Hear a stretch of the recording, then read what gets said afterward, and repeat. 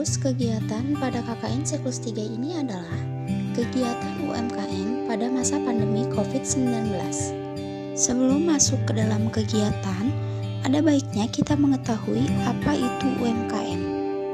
UMKM atau usaha mikro, kecil, dan menengah adalah usaha perdagangan yang dikelola oleh badan usaha atau perorangan yang merujuk pada usaha ekonomi produktif sesuai dengan kriteria yang ditetapkan oleh Undang-Undang Nomor 20 Tahun 2008. Seperti yang kita ketahui, COVID-19 telah memberikan dampak begitu besar bagi perekonomian dunia, salah satunya untuk UMKM. Banyak pelaku usaha yang harus terpaksa gulung tikar karena adanya pandemi ini.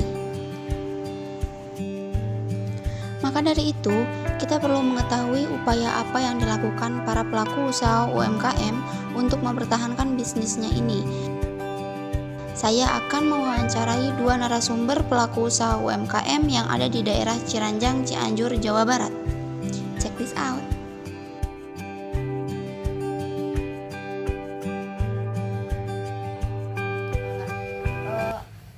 Karena ini usahanya berdiri pada tahun 2017. Sebelum adanya COVID. Nah, sekarang karena adanya COVID, apakah usaha ini terkena dampak dari COVID tersebut? Sangat terkena dampaknya. Malahan omset bisa dibilang turun sampai 90%, 80-90% dari mulai awal pandemi datang 2020 awal ya, Februari. Jadi sangat terkena dampaknya karena target pasar tadi pernikahan, orang-orang yang mau nikah, wedding organizer, dan hiasan-hiasan, misalkan hiasan pernikahan, ya pasti kan dilarang waktu itu nikah. Jadi dampaknya sangat-sangat terasa drastis. Jadi lebih ke dampak negatif ya? Iya. Nah, karena adanya dampak tersebut, solusi apa yang lakukan untuk mengurangi dampak negatif tersebut terhadap usaha? Setelah pandemi mulai agak mereda dan pernikahan mulai diizinkan oleh pemerintah, pasti saya membuat manuver strategi marketing yang insya Allah bisa, dan alhamdulillah bisa naikkan lagi rating penjualan gitu kan. Misalkan saya kan jualannya di Shopee ada program Shopee Internasional atau platform, kemudian iklan, kemudian endorse di selebgram, Instagram. Alhamdulillah itu dampaknya bisa menaikkan lagi rating penjualan. Menurut jalan yang tempuh itu benar-benar udah mencapai tujuan yang ini kan? Belum sih sebetulnya, karena kita kendala juga dengan modal gitu. Tapi mencapai tujuan itu karena nggak sekaligus gitu, tapi berkelanjutan atau step by step lah gitu, nggak akan sekaligus drastis naik lagi gitu. Menurut nih kan, udah menjalani usaha selama kurang lebih 3 tahun atau 4 tahun ya. 4 tahun. Nah, dari tahun 2017, berarti udah tahu banget lah tentang usaha di dunia usaha ini ya. Menurut menjadi pengusaha yang baik itu seperti apa? Pengusaha yang baik itu ya intinya kita harus suka dulu apa yang kita usahakan, kemudian harus kuat juga, kemudian harus benar-benar berinovasi, jangan monoton gitu, jangan terus flat gitu, jangan monoton. Maksudnya apa nih yang sedang ramai sekarang, kita inovasikan dengan produk yang kita punya.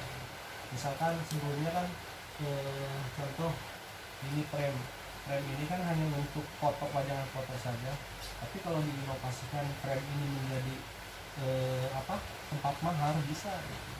Jadi ininya hias-hias dengan bunga gitu kan, dan maharnya ditempel itu menjadi suatu barang yang unik gitu yang belum ada. Yang terapkan di masa pandemi saat ini gitu, apakah masih sama seperti yang dulu atau ada perubahan? Di masa pandemi ada perubahan sih, ada peningkatan mungkin ya, peningkatan target marketing atau pemasaran. Sebelumnya saya nggak masang di Blibli.com atau marketplace lain gitu, tapi saya nih untuk membuat supaya produk ini terjual banyak, otomatis harus buka toko yang lain, gak hanya satu toko di Shopee aja misalkan. Instagram buka, kemudian Bukalapak buka, Blibli buka, dan marketplace yang lainnya juga. COD juga bisa. Berarti memperluas Ya, pemasaran ya. dari pemasaran ya. Gitu. Nah, menurut AA sebagai pengusaha nih, sebagai penjual, apakah ada perbedaan perilaku pembeli dari awal pandemi sampai saat ini? Lebih Perbedaannya konsumtif kah atau tidak? sama sih, tetap sama, tapi perbedaannya ketika masa-masa pandemi sekarang kan banyak dilarangnya ya, PPKM dan sebagainya. Mungkin customer hanya ragu untuk membeli karena takut ada PPKM lagi, kemudian nikahannya dibatalkan, kemudian order saya juga kan pasti dibatalkan gitu. Seperti itu kan. Berarti Tapi selama pandemi banyak order yang dibatalkan juga. banyak. Tahu PPKM sekarang sih, sekarang banyak. Kalau yang level 4 sekarang yang banyak. lebih tinggi. Iya. Jadi ini kan dadakan juga ya PPKM sekarang ya, dadakan juga. Jadi kemarin kita normal, dan sekarang perpanjang. Jadi ini yang udah punya rencana nikah juga kadang-kadang kan ini dibatalkan. Karena memang mereka mau resepsi. Iya. Nah, saran untuk para pengusaha yang lain yang terkena dampak COVID-19 supaya tetap semangat menjalani usahanya gitu. Kalau saran saya, intinya untuk zaman sekarang lebih melek lagi digitalnya. Istilahnya kalau misalkan pengusahanya hanya offline, dia buka toko di rumah atau apa. Jadi sekarang orang itu sudah ada di zaman era digital, semua pun era online. Semua barang bisa dibeli dengan online dengan sangat mudah. Bahkan barang-barang sehari-hari yang biasa sehari-hari kita gunakan, misalkan ibu-ibu di dapur pakai Royco, Masako seperti itu bisa dibeli online tanpa datang ke warung sekarang. Nah, jadi harus lebih berinovasi di marketingnya, di pemasarannya.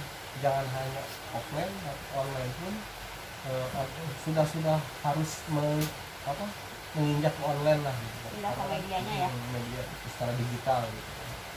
Terus ya tetap semangat mungkin. Semangat, kemudian jangan pantang menyerah. Karena yakinlah kemarin misalkan kita nggak laku, sekarang laku, pasti yang namanya usahanya kan naik turun yang namanya usaha. Jadi terus aja, kalau usaha itu intinya ya istiqomah, continue ya.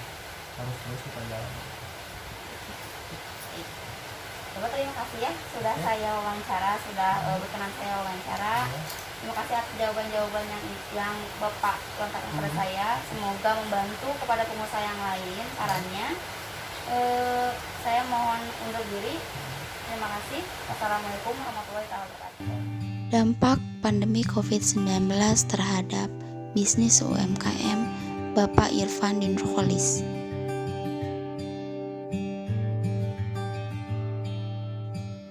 Strategi yang digunakan beliau untuk mempertahankan bisnisnya di tengah pandemi saat ini.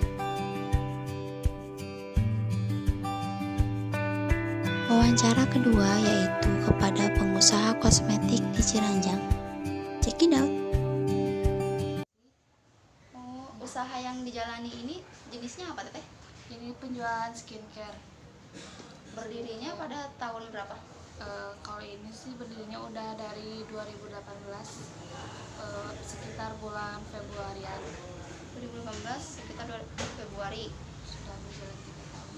3 tahunan berarti Teteh. Berarti kan ini tahun 2020 itu udah mulai awal ada pandemi ya Teh ya? Ya. Teteh kan buka 2018. Berarti ada jangka 2 tahun sebelum adanya pandemi. Nah, menurut Teteh ini ada nggak sih perbedaan penjualan dari sebelum pandemi dan sesudah pandemi?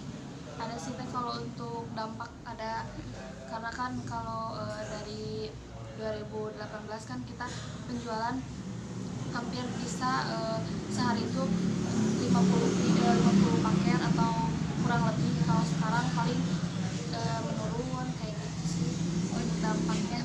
Jadi lebih ke negatif ya Teteh ya?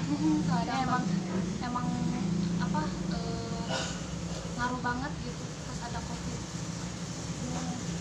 Nah, Teteh untuk mengurangi kendala itu ya, kendala dari penjualan teteh yang semakin menurun, langkah-langkah apa yang teteh tempuh?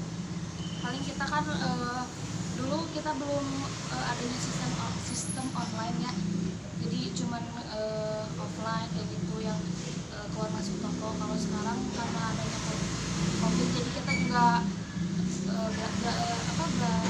pembelian ada di online shop, terus kita juga di sosmed lebih sering aktif sih. Udah berpindah ke online gitu ya, jadi sekarang teteh bukanya online offline. Offline-nya toko ini gitu ya, Ya, tokonya berarti buka dari 2018. Kalau untuk online-nya mulai mulai dari dulu sih kita juga udah sistem WA, cuman nggak kayak toko-toko apa kayak Shopee kayak gitu belum.